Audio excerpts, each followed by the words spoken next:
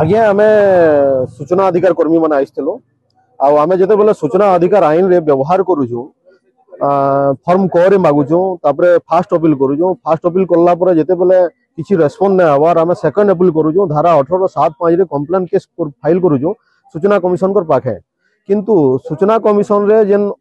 अज्ञ अनभिज्ञ अयोग्य सूचना कमिशन माने नियुक्ति होगी अच्छन तांकर लगी मोहन माझी सरकार बदनाम होबार के लगी छे। मोहन माझी जिते भी तामने एबे देखिथिबे माननीय मुख्यमंत्री मोहन चरण माझी माने सबु जिलापाल मान को तागिद करिछन जे प्रत्येक जिल्ला रे तामने स्वच्छ शासन चालू स्वच्छता आणुन दुर्नीति मुक्त शासन चालू से निर्देश देइजन किंतु मोहन माझींकर से